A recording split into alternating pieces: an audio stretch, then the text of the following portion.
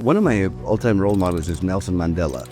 One of the things that he said that rings true to me is that in life, either you win or you learn, meaning there's no losing. We've all achieved some success in our lives on one level or another. But isn't it true that the greatest lessons we've ever learned did not come from our successes? They came from what at the time appeared to be setbacks, painful moments, rejection, which, by the way, rejection to me is God's protection. I once think about when things did not work out long-term, God was protecting you. I know that in my own personal life. Obviously, at the time when you're going through it, it really sucks. It's hard. But if we can find the lesson, then we're golden, and we can actually be grateful for that lesson.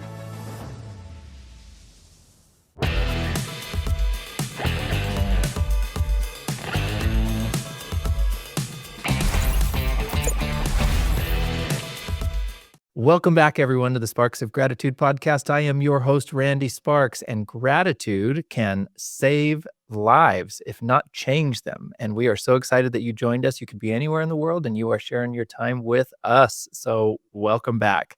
And remember, if you haven't already, in order to get great guests like we try our very best to do, it helps if you like this or subscribe to it if you're watching on YouTube. And if you're listening to it on your favorite podcast platform, go in and leave us a review, give us some stars. I mean, we really appreciate that. So we're so grateful for you here.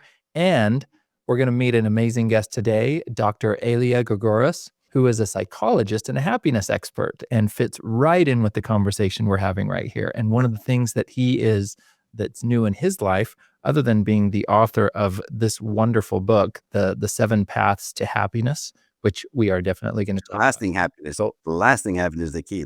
again, It's kind of funny that you mentioned that, Randy, because there was a big debate about the title. And a lot of people said, you should just call it 7 Paths to Happiness. And I'm like, that sounds more like a pop psychology, like some superficial, I'm like, no, the whole book, the whole premise of the book was lasting happiness. So I insisted on having the title, and because that is what it's all about. It's not about some temporary, fleeting, momentary, joyful, pleasurable time in life, but really long-lasting happiness. Oh, good. I'm glad you chimed in with that, with my misspeaking in the title of the book. The word that matters most, you threw in there. Lasting. And then I did that on purpose. Well, and then something else that you're working on right now is a television program that you have on the mental health TV network called The Happy Hour with Dr. Elia. Indeed. And that's my that's like a dream come true. When you're a kid, you sometimes you daydream. It's like, I want to be a professional athlete or be an actor or an actress, win an Oscar or an Emmy or whatever, or have your own TV show. At my age, I never thought that was going to happen at my age. And it happened such a beautiful way because I was so close to retiring 2 years ago. I was, we're in a good place with my wife. We raised our kids. Now we got grandkids. And it was this inner struggle. And in the end, through some help from my own mentors and some people that I respect and admire, they're like, Elia, what are you retiring from? Don't you love what you do? I'm like, I do love what I do. I'm like, then why would you retire? Just because some age number, some number that came up, you should retire? And I'm like, you're right. And I'm all in. So I leaned into not retirement. And then as soon as that happened, the universe, God opened up this opportunity to have my own TV show on an amazing network, the Mental Health Television Network, which is, imagine ESPN for sports 40 years ago. That's what this is now, but for mental health, which obviously it's a global network. Our TV show is being streamed in over 70 countries around the globe. So I'm very proud of that. And we're just getting started. It's season 1, got 26 episodes. And of course, the goal is to get to season 2 and 3 and 4. So I'm working really hard. I have amazing guests, and I'm very proud of the work that the production company is doing at MHT. And they're doing fantastic work. I'm very pleased with what they're doing. Well, that's exciting.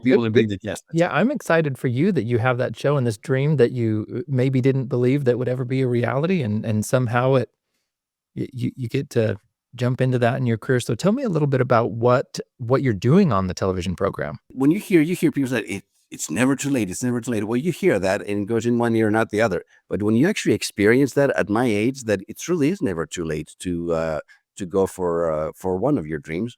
We have a lot of dreams in life. We accomplish some of them. Some of them never materialize. But this was a big one for me. So it's very personal. It truly makes me happy. I'm so excited to bring a guest every week. I'm just delighted. And the premise of the show is this. We've all have faced challenges in life. Trauma, depression, anxiety, stress, all kinds of PTSD and so on.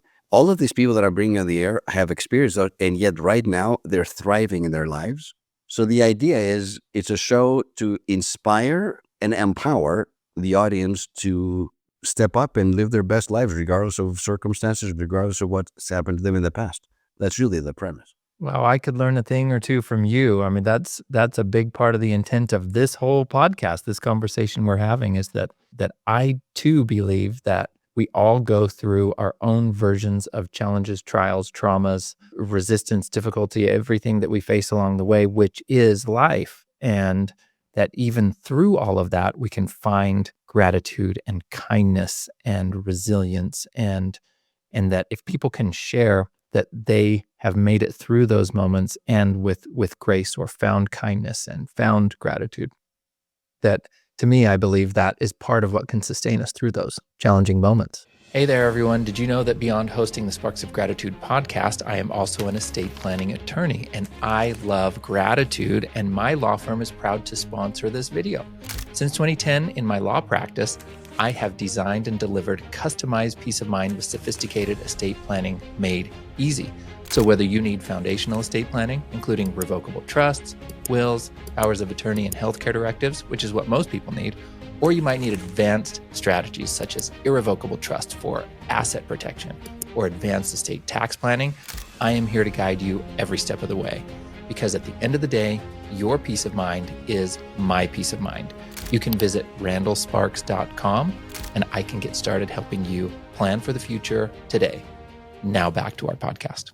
It's kind of funny. You asked me before, what do I think about happiness and what's the, maybe even the 7 paths to happiness. And we can certainly talk about one of them front and center. It's number 2 in the book, but it's probably number 1 in your heart and mine as well, which is gratitude. We have this wonderful saying, just have an attitude of gratitude. It rhymes, it's cute, it's adorable, and it's easy to be grateful when things are going well in life. I think you and I can do a gratitude list every day of the year and never repeat ourselves when things are going well. But that's not really life, though. So I'm a firm believer that we're all graduates from the University of Adversity. All of us. And the older we get, the higher the degree. We've lived longer on this planet, so we have faced more adversity. So here's the question about gratitude. As human beings, can we be grateful in the midst of adversity?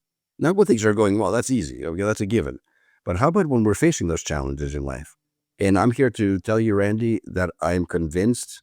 My background, first of all, for the first 18 years of my professional life, I was a clinical psychologist in private practice, and I worked with thousands of people. And then I switched over to the corporate side and, leadership, business, executive coach, and so on. But my whole work has been about people, let's put it that way. And I've seen people who have endured and have survived and have all kinds of things, who, when they do their homework, come out on the other side without resentments, without hate, without anger, but come through the other side with a heart full of gratitude for those challenges.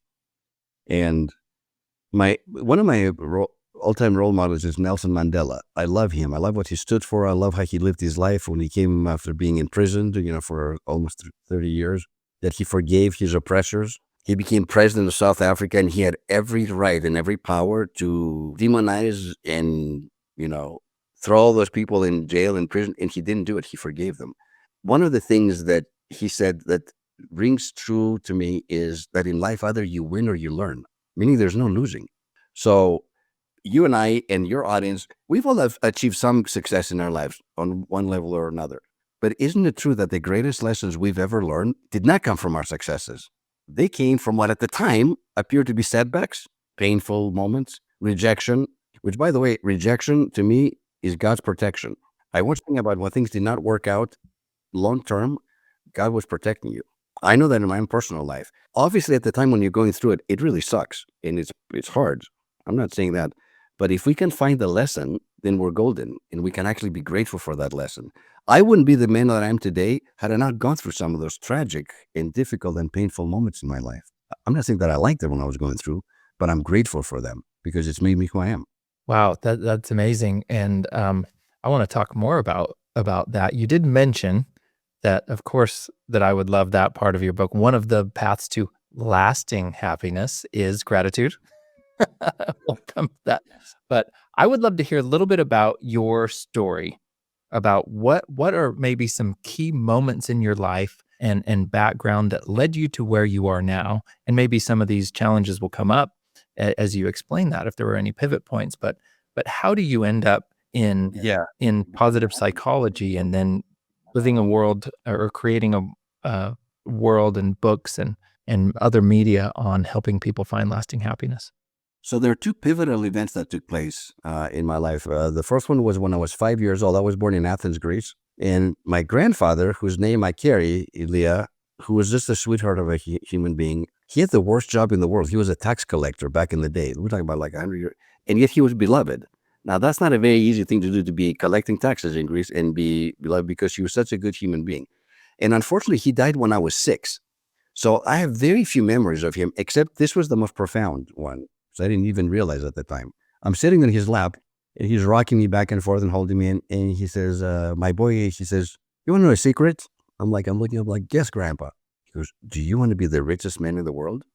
And I'm like, "Yes, Grandpa." Like my ears, like Bugs Bunny, right? Of course I do. So he turns to me, and this is what I remember as a 5-year-old, because it hit home. He goes, "If you want to be the richest man in the world, do something good for somebody else every day, and you, my boy, will be the richest man in the world." Wow. Now, my 5-year-old small brain, obviously at the time when he said that, I was thinking about like Pirates of the Caribbean, gold, silver, and I'm rich or whatever. I thought richness meant in terms of, material possessions. But obviously, as I got older, I realized what he was talking about. And doing something good for somebody else every day has been my nature since I was a kid. And for some reason, it just made sense to me.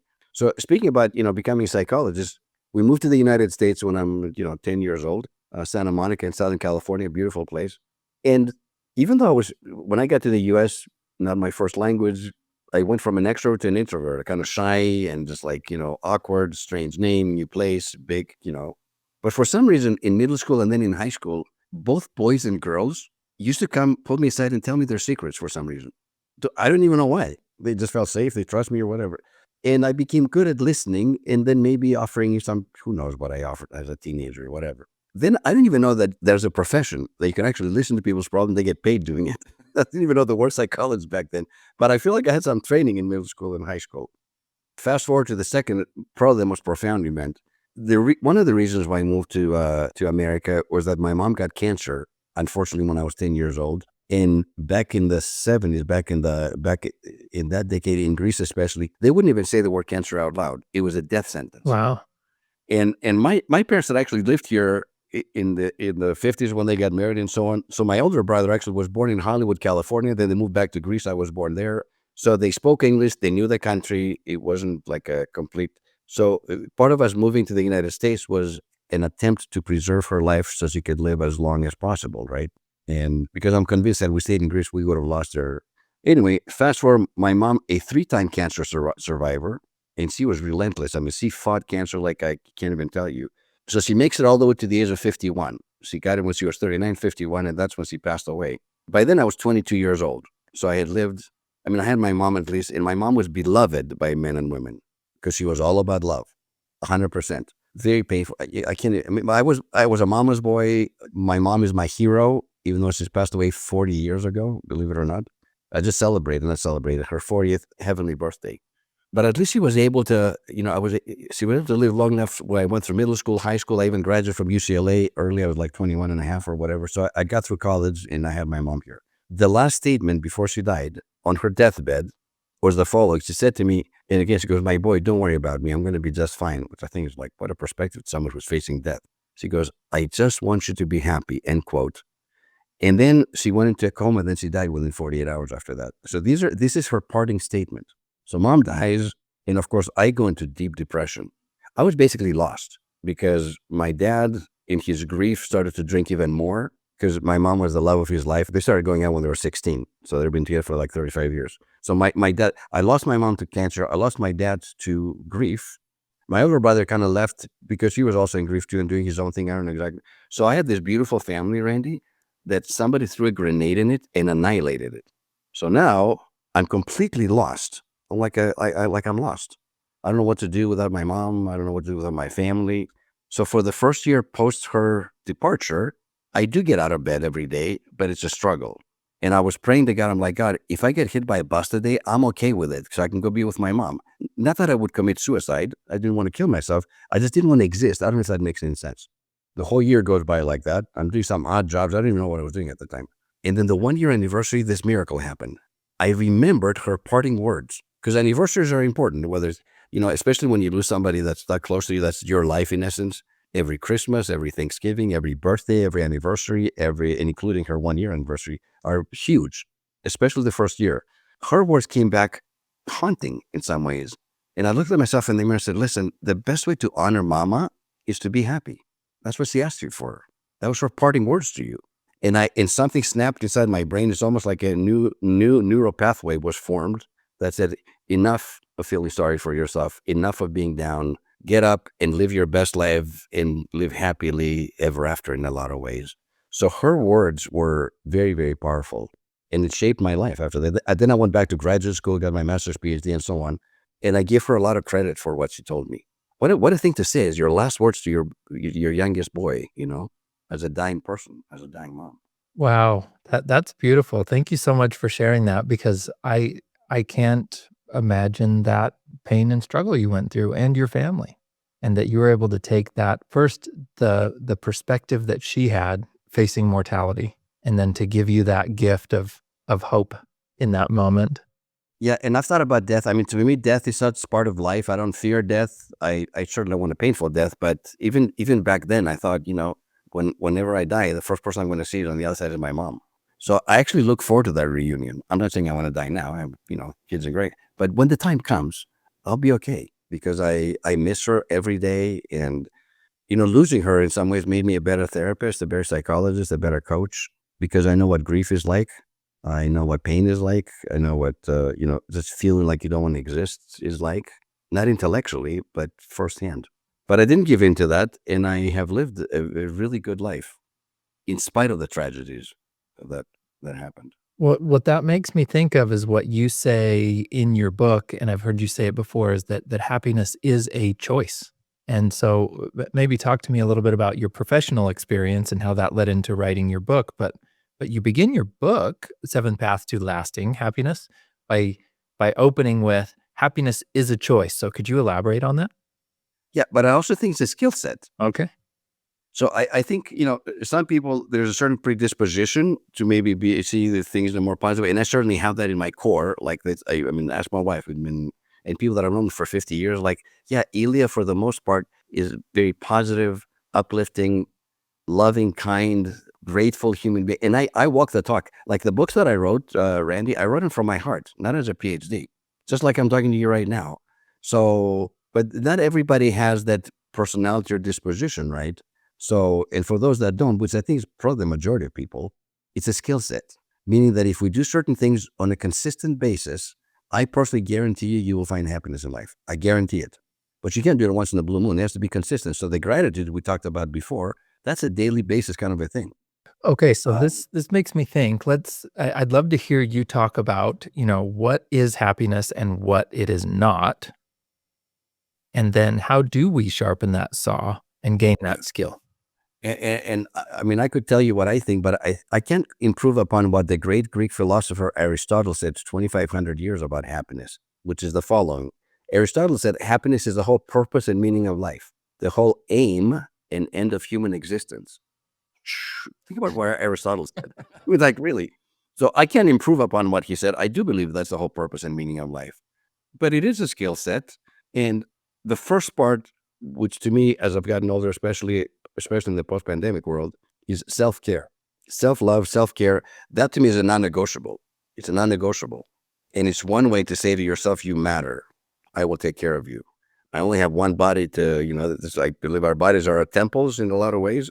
And how we treat them will either pay dividends, especially as we get older, or if we put our bodies through, the ringer, we're also going to pay a price for it. Right, that's great. So self-care, showing to ourselves that we actually care about ourselves. Yeah, that's amazing.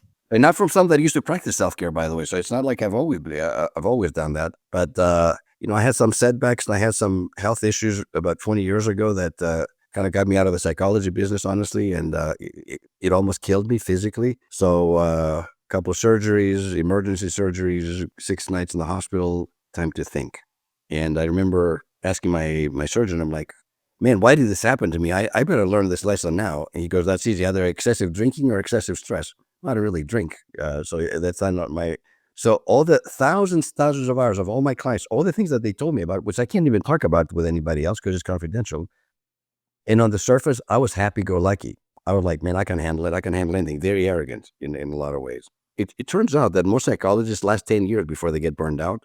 And that's seeing 20 to 25 patient hours a week on the average. I did it for 18 years, and I used to see 45 patient hours a week. My wife is like, you're going to have a heart attack. I'm an idiot. And I'm like, no, I can handle it. I'm Hercules. I can handle anything. Well, I did for 16 years, but the last couple of years, it started taking its toll on me physically until it got to the point where I couldn't do it anymore. And it literally almost killed me. So when you're all hooked up on morphine and you have all these wires in and out of your body trying to keep you afloat, you have a lot of time to think, especially at night when everybody else leaves and just the nurse is shaking up on you. So I was having great conversation with God. And I'm like, I better learn this lesson now. I never want to come back here again. I never want to feel this miserable, nor do I want to feel this close to exiting. So that's when self-care for the first time was 20 years ago. I was in my 40s, started to become important. Up until then, I wasn't walking the talk. I was telling my clients what to do, but I wasn't doing it. And I realized you can't play that. It's almost like physician heal thyself. Interesting. So tell me about that of the process you went through, that struggle near death yourself. Yeah. Realizing, a lot of time to think. How did you save yourself in a sense? Well, and it's not a funny thing is, physical pain, just like emotional or spiritual or mental pain, eventually brings you to your knees. And with me, when I was starting to go through it, it literally brought me to my knees because I get downloads as loud as I'm talking to you right now. And I know God speaks to me. It's always very short. There's no long dissertation, maybe because I don't have an attention span. But initially, while I was still a psychologist, I was in a lot of pain. I was struggling. So I finally said, God, why is this happening to me? And the answer came so crystal clear. Randy says, I'm trying to take you in a different direction and you're not listening to me. Great answer. End quote. That was it. There was nothing else. You know what I did with that advice? I ignored it. I know. The funny thing about when the spirit talks to you that way, and whatever you call that voice, the spirit, your higher self, your intuition, the spirit of God, the Holy Spirit, whatever it is, that voice is one of the few absolutes in life. Every time I've listened to that voice and acted on it, it has always worked out. That's with a capital A, always. But there have been times, because I'm a human being and I'm not perfect, that I've heard that voice and I've ignored it. That was one of the worst things I've ever done to myself because I did ignore it. Guess what happens when you ignore that voice in life? You get brought to your knees. Again, that's exactly what happens, Randy. So now 6 months later, now I'm really suffering. I'm in and out of emergency rooms. They're doing all kinds of testing. They can't figure out what's wrong with me. But my pain was not psychosomatic. My body was falling apart. They can't figure out what it is. Now I'm really desperate. So I'm back on my knees again. God, why is this happening to me? And the same answer. I told you before, I'm trying to take you in a different direction. You're not listening to me. And I want you to spread the light to a lot more people, which is a very interesting answer. Like not just one-on-one therapy with one-on-one people, like spread the light to a lot more people. Like, of course, my first thought, I'm thinking like the natural man. Well, that's great. How do I make money doing that? Because I have a family to support. Like I'm being very practical.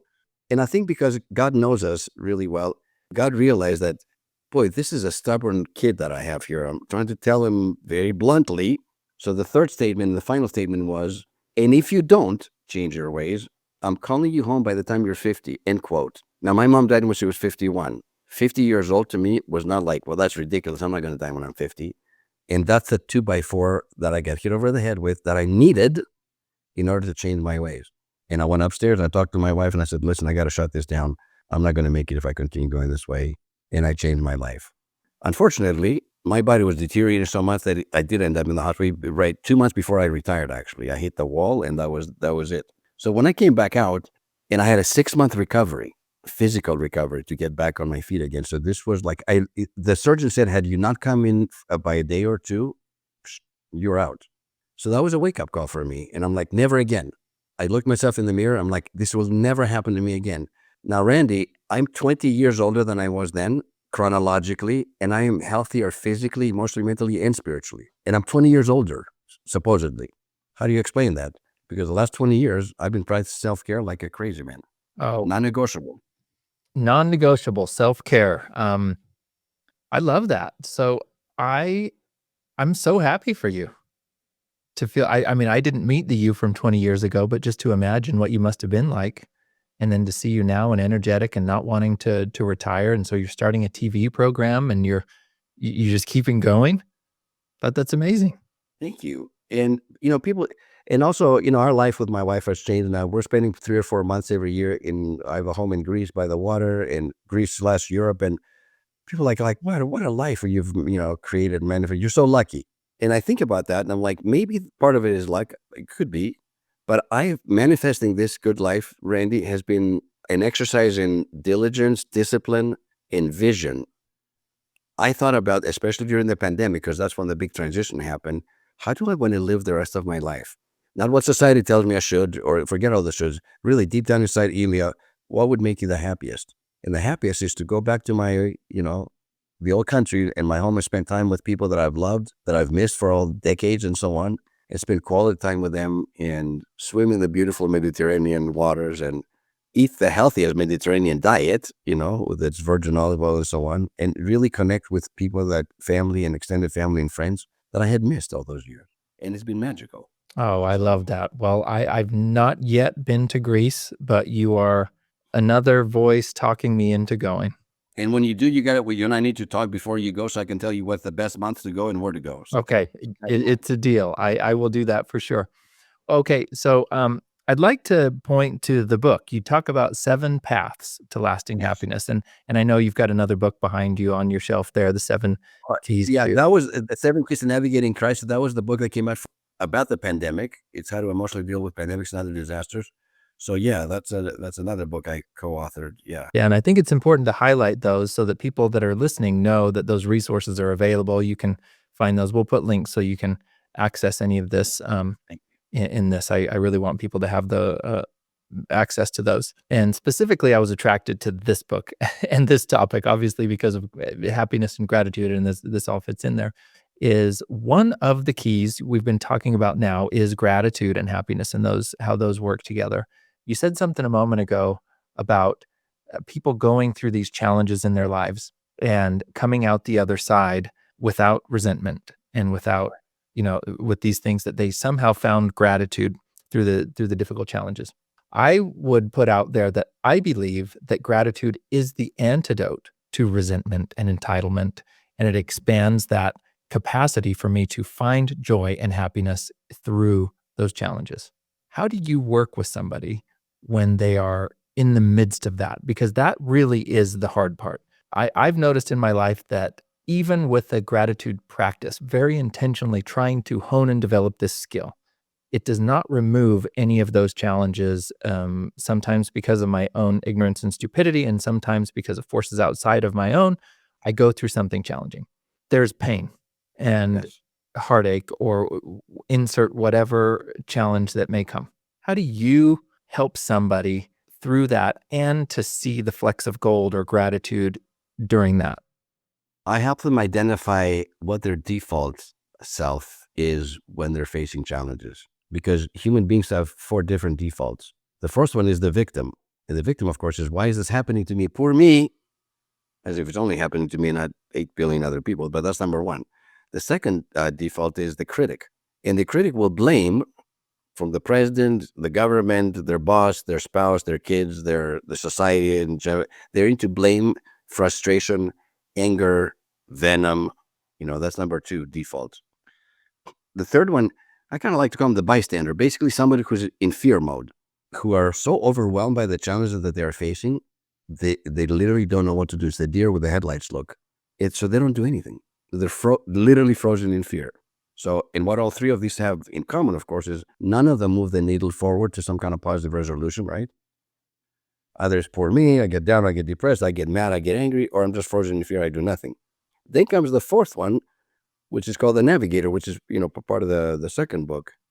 And navigators do certain things on a consistent basis that not only navigate through the challenges successfully, but also have to do it in a happy and productive and positive way. But before I say that, it's not like, well, Dr. Elia is a navigator and you're the victim. It's not like that. Every human being has all 4 of those within ourselves. We all have them. So when I work with somebody, it's kind of funny you should ask me that, because when I first shared that with my youngest son, who was 19 at the time, before I finished just introducing these 4 different archetypes, he goes, Dad. I'm like, what? He goes, I know what and I said, what's the order? Like, I was starting to see, like, what's your initial default, second, third, and fourth? He goes, oh, I go victim mode, I go angry, I go, the critic. Then I'm a navigator. I'm not really fearful. That's number 4. And I'm like, well, my boy, as you get older and you go process life and so on, the goal is for the navigator to move into number 2 place and eventually to be number 1. I'm happy to report we had that conversation 6 years ago, and he's navigating life really well, and he's number 1. But it took some work, right? So if your default is to be a victim, be a victim. But be a victim for 30 minutes, not 30 years. Right? If you want to criticize and you get mad, and it's human nature. I got mad at the government during the pandemic about certain things that I didn't like. But let me tell you this. If I get mad at the president, the government, whatever, the UN, the World Health Organization, my boss, whatever, for the next 6 months, who am I hurting? Them or myself? Right. So if you want to get mad, do it, vent, get it out of your system, and then pivot and move into navigation mode. And the fearful, I'm not a very fearful person. Actually, that's not one of it's one of my strengths. I don't have fear very much. But when the pandemic hit, first went down in March of 2020, literally in 1 week, Randy, all my speaking engagements throughout the world, it's my life, my work, got canceled. Email after, sorry to inform you, sir, due to circumstances, blah, blah, blah. So I had the deer with the headlights look, because I'm like, what am I going to do? I'm like frozen in fear. I didn't know what to do. And I was getting mad at COVID. I was, and I got kind of down, actually. Poor me. I was supposed to speak in Barcelona, actually, that year, which is a beautiful city from what I understand. Never been there. Got canceled. The meeting happened, but it happened through Zoom. It's not exactly the same thing as traveling to beautiful Spain, Barcelona. So, but here's what navigators do. I can't control COVID. I can't control what's happening out there. What do I control? And what I do control is my attitude, my positive attitude. I pivoted. Do you know how many professional speakers never made the pivot between live speaking, keynote on stage, big bright lights and so on, to Zoom? They refuse to do that. Well, that's not me. I'm a keynote speaker. And I didn't know anything about Zoom prior to that. But I pivoted because that was the only means available for me to communicate what I could communicate. Here's the funny thing about it. I ended up speaking to like 50, 60,000 people that year through Zoom, more than anyone I could have spoken in real life, because I was flexible and adaptable. So navigators, flexibility and adaptability is a big part of people who navigate life successfully. Wow. Resilience. No, I know. It's fascinating, actually, that how important flexibility and adaptability is. And my partner and co-author, Coach Khan, and I, we came up with this analogy that we call the oak tree and the palm tree. Kind of visualize that. Now, the oak trees are magnificent. They're beautiful. They're huge. Like, and they're high, 100, 200 feet high. Provide shade, provide stability, and so on. But in the midst of a storm, like think about a hurricane, if there's enough rain and enough saturation on the ground, and then couple that with sustained winds, hurricane time, guess what happens to oak trees? They come crashing down on people, cars, and homes. It happens every year. On the flip side, the palm trees are kind of exotic and tropical. At the peak of the storm, and I now want you to think about the storms of life. At the peak of the storm, palm trees will actually bend. Sometimes they bend parallel to the ground. At the peak, the storm. But when the storm ends, and every storm does end, and the sun comes out, guess what happens to palm trees? Whoop! They rise up again, and they're actually stronger than they were before, because the roots had to dig down and hold on for dear life in the peak of the storm. So the call to action, of course, is, in the storm, in the challenge, in the crisis, be a palm tree, don't be an oak tree. And I've shared this message worldwide. So a lot of people said, well, doctor, that's cute. I can remember that, be a palm tree, don't be an oak tree in the storm. But in reality, seriously now, what does an oak tree sound or look like in human form? I'm like, that's a great question. And when you're facing a challenge, an oak tree mentality is this: well, I'm not going to change now. This is who I am. I've been this way for 40 years. I'm not changing, meaning they're not flexible and adaptable. And guess what happens if you're not like that? You get left behind. So when all my speaking engagements got canceled, I had no plans to write a book that year. The book about the pandemic came as a result of the fact that everything else got canceled, and I had so much time in my hands for the first time. And I'm like, well, I can't control the speaking engagements. What do I control? I still need to get my message out, so I co-wrote the book. That's it. Well, it's great, and it's been that I'm aware of translated into many languages, and it's been spread around the world. And so the good that's come from something that otherwise seemed terrible. But I could have stayed, if I stayed in a victim mode the entire year or during the first year of the pandemic, not only I would not have written the book, I would have been miserable, unproductive, blaming, venting, poor me or whatever. And that's what navigators do. Okay, so this door closed and it's beyond my control. We don't control everything in life. As a matter of fact, there's very few things we do control. That perspective is so great. And I love the idea, be a palm tree, not an oak tree. And something you said as well is when the storm ends, followed by, and it always ends. It always ends. So is there some hurricane that has never ended? Honestly, no. Yeah. It ends. And that, just thinking about it that way is one thing that gives me hope, is enough practice of going through the hard things. Is I know, oh, this is a hard thing and the storm ends. This too shall pass. And it does pass. And remembering, and it also gives me perspective when I'm in moments of, the peak joy. Right? That too shall pass. Right? That's the other flip side. Yeah. And so kind of having the right sized balance of both of those, because I continue to enjoy and relish in the moments. I guess it creates a presence. Yes, it brings you in the moment, which is I'm so glad you brought that up, Randy, because before the second book and before, I used to live a lot in the future. And maybe my little ADD, maybe I just couldn't, I have a hard time meditating and staying, and all that stuff. And I used to read all the Eastern philosophy, all kind of, Zen, be in the moment and all that stuff. And I'm like, how do you do that? Well, guess what? The last 3 or 4 years, exactly for the reason why you said, every trip we go to Greece, which is like a second, third, fourth, fifth, sixth honeymoon with my wife, I'm like, honey, let's live it up, because you don't know, it could end tomorrow. So live in the present, live your best life now. And I was going to share this with you at the end but I'm going to do it now because it's more appropriate to your audience. Do not procrastinate your happiness. Live your best life now.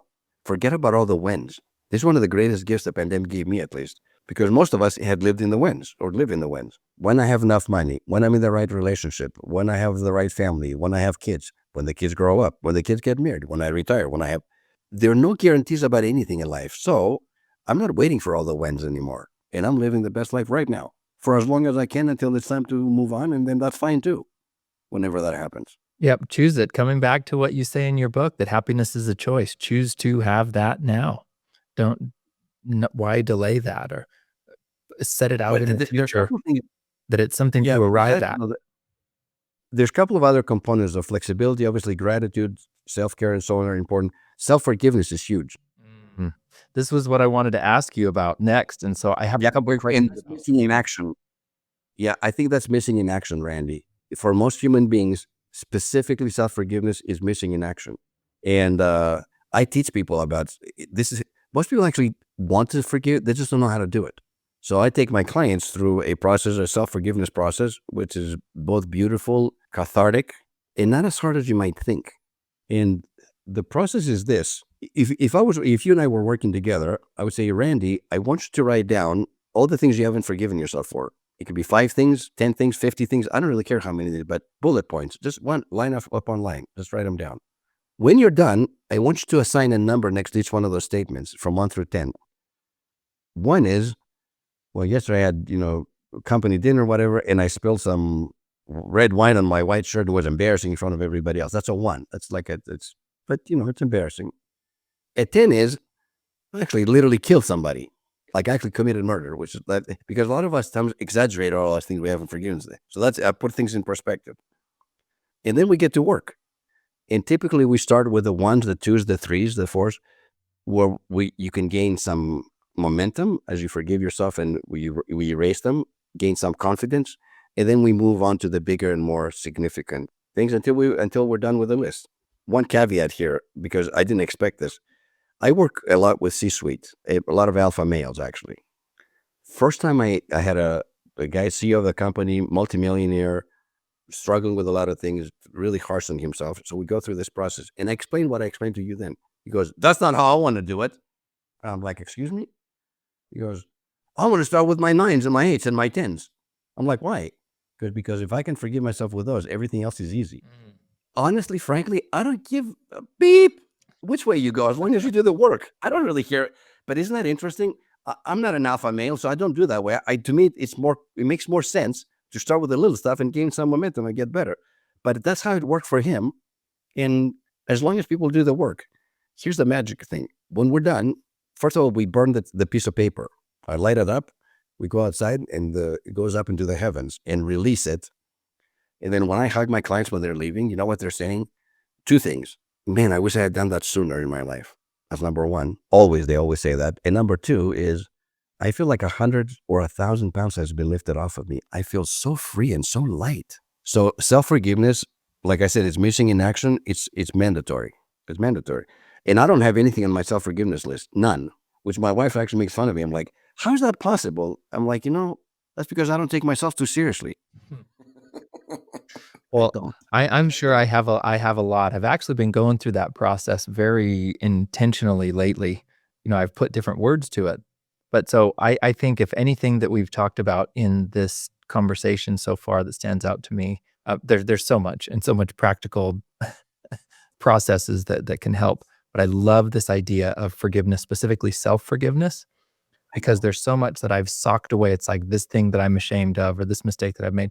Not only does that emotionally affect me, but it actually affects me physically, and my body knows. No, it's literally dead weight. Yeah. It's dead weight. And yes. And there are things that I've hidden behind walls that I try to ignore, and maybe I can extinguish them. But in reality, I need to forgive myself. I need to expand myself to love all of myself, including the parts of myself where I'm holding those mistakes, those fractured parts of me. And so I think that's so powerful, that lesson of self-forgiveness. Can I ask a question about that? Beyond Let me add one more thing. Yes, before the self-forgiveness is a part of your self-care. It's related.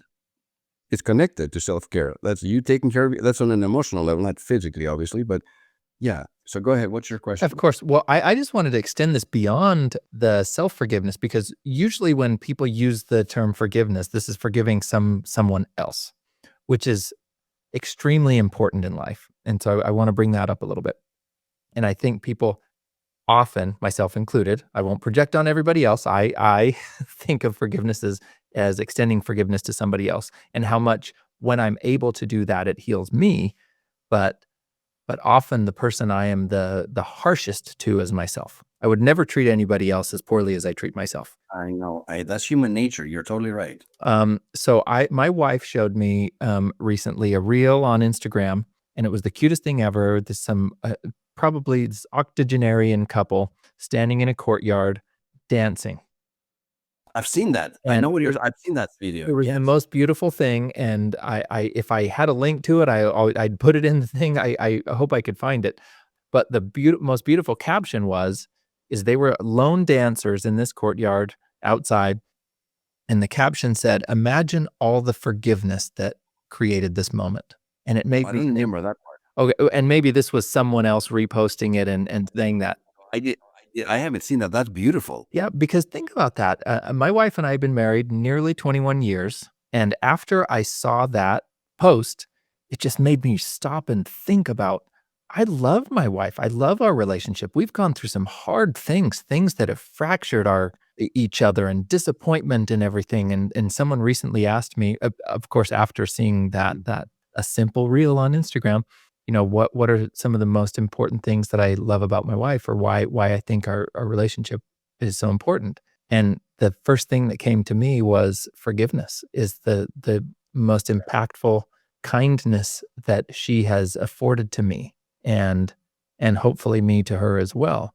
Because for us to have lasting happiness together, it's necessary that we have that forgiveness for each other, for the little things, leave the toilet seat up, or the harmful things that could lead to a relationship that could terminate, right? So could you talk about external forgiveness, and if you have any advice on that?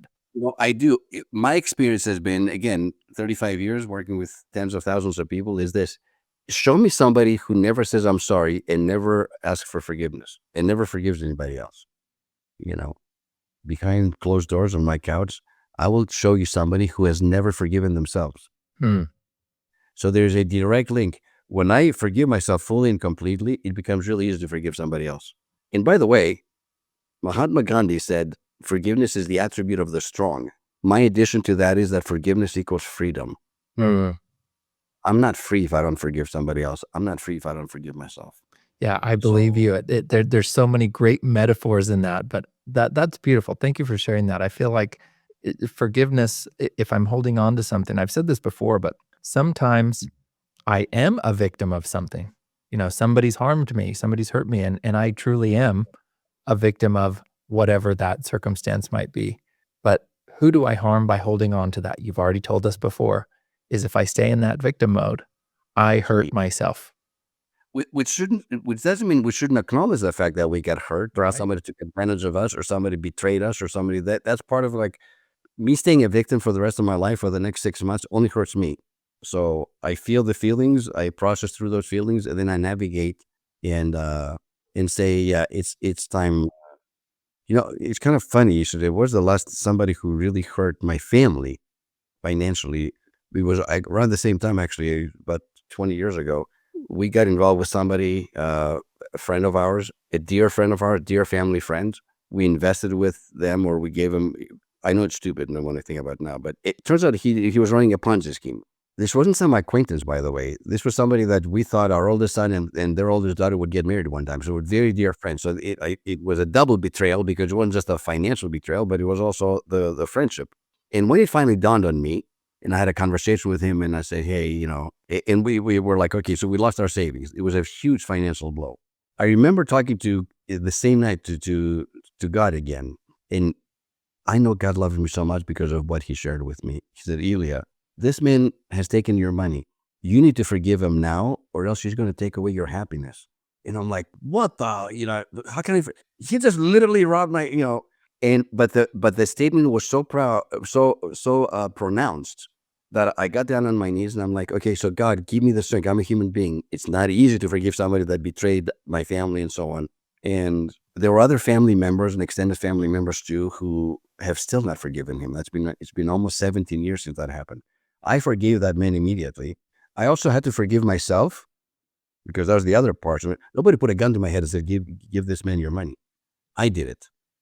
Partially because the returns initially were amazing. So I got greedy. Like, wow, this is the life. Give my money, get all this money. Because that's how Ponzi schemes work. And initially, you're getting a lot of returns at an incredible rate until it comes tumbling down. So I'm like, Elia, take personal responsibility. Don't let somebody else ever be in charge of your money, because nobody forced you to do it. But number two, you do need to forgive this man, because money can be replaced. My happiness, though, is non-negotiable. So I forgave him right there and then, which is, I have to, honestly, Randy, is one of the proudest moments for myself to be able to do that. And I couldn't do it on my own. I think God helped me a lot. Oh, what a powerful lesson, and what a powerful insight that you have that connection to to God, spirit, higher power, intuition, however anyone wants to define that. To me, faith guides my steps too, and I believe that God speaks to us. And so I'm so grateful that you so openly share that. But Randy, the voice was crystal clear. He's already taking your money. Don't let him take your happiness. And all of a sudden, I'm like, what? Like, yeah, yeah. And we survived, and we're fine financially. It was painful. I mean, yeah, it is what it is. I call it. I'm not going to give you the number how much we lost, but it was an lesson. It was Like, a yeah, that was a lesson. huge lesson. That's how, It and was a that huge, lesson guess what? sounds like it was That an expensive it was a lesson, but worth. significant lesson. It was a significant lesson, but I learned my lesson. We're doing fine. We've lived our life in a way that we don't, we're good. And I never gave away my power again, or gave away my mind to anybody else to manage it. How amazing, and something to aspire to. I'm so grateful for this time, Elia, that you could share all this insight with us, and especially the personal experiences and pain that you've gone through to learn a lot of these lessons. Not simply I have a PhD, but it's no, you have a PhD in the University of Adversity. Your own Yes. life, as you say it. So thank you so much for sharing your time with us today. Before we go, I'm going to ask you one more question, but and everybody that's listened till now, thank you again for sharing your time with us. We hope this is valuable to you. It's certainly valuable to me, and I'm leaving today with some to dos. And so, Elia, before we end, if there's one thing that you could recommend to me, to our listener, that they could do today to increase their happiness, What's one thing that we could do? And then I'm going to go back to do not procrastinate your happiness as a general statement. You have to have that like, okay, enough. I've been postponing. I've been kicking the can, farther down my whole life. It's time for me to take my self-care seriously. For me, I'll tell you this kind of anecdotal. Before the pandemic, I used to walk 3 days a week for an hour each time, like 3 miles. So because I'm getting older and movement is good, not to become a triathlete or anything, but just move, to be outside. But I was doing it because I had to. I felt anyway. Fast forward to the pandemic, stress levels increased across my immediate family, extended family, clients, all over and I'm like, Elia, that's not going to cut it. So since April of 2020, like soon after as I was writing the second book, I started walking every single day, which now has become a non-negotiable. It's been over 4 years now. I don't miss that no matter what. And guess what? Now I do it because I want to, not because I have to. And this is, I don't know if it's a hack or whatever, 50% of my time, I don't take my phone with me. Instead, I call that my gratitude walk. Every day, I'll walk around the lakes. I'll walk around the pond. We live in a beautiful area, and I look at the sky, blue skies. I'm grateful for the sky. I'm grateful for the trees. I'm grateful for the fresh air. I'm grateful for nature. So actually walking in nature, we know how beneficial that is to us. Vitamin, from the sun.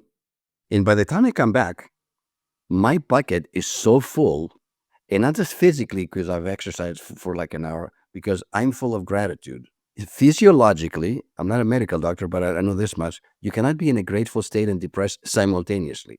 So I hope I'm asking you, and I'm challenging you to do at least one of those walks per week without your phone, and go for a walk for an hour and just talk to your higher self, to God, and express gratitude, and notice how the rest of your day goes.